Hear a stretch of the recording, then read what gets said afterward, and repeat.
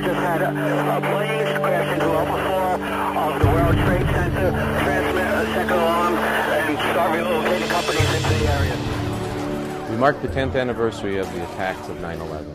Many of us have indelible memories of where we were and what we did that day. And then at 9:03, I mean just a few minutes after sitting back down with my daughter and feeding her, watched live as the second plane flew into the tower. And I just sat there with my mouth hanging open.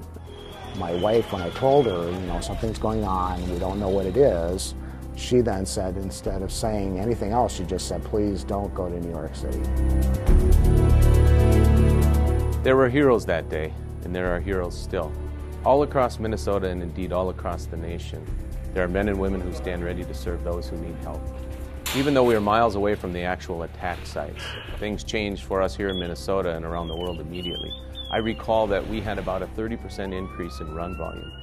There was palpable anxiety in the community, and an eerie silence in the hours and days ahead when all air traffic came to a halt.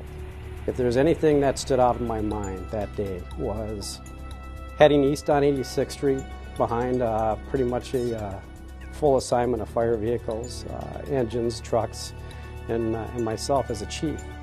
And then seeing family members stepping outside of their house in clusters or groups, they were scared.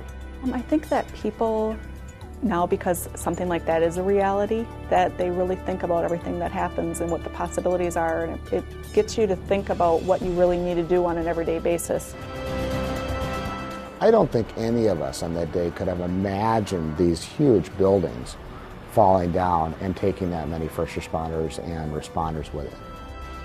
So on the 10th anniversary of 9/11, we honor those who died, we pay tribute to those who responded, and we thank those who served, then and now.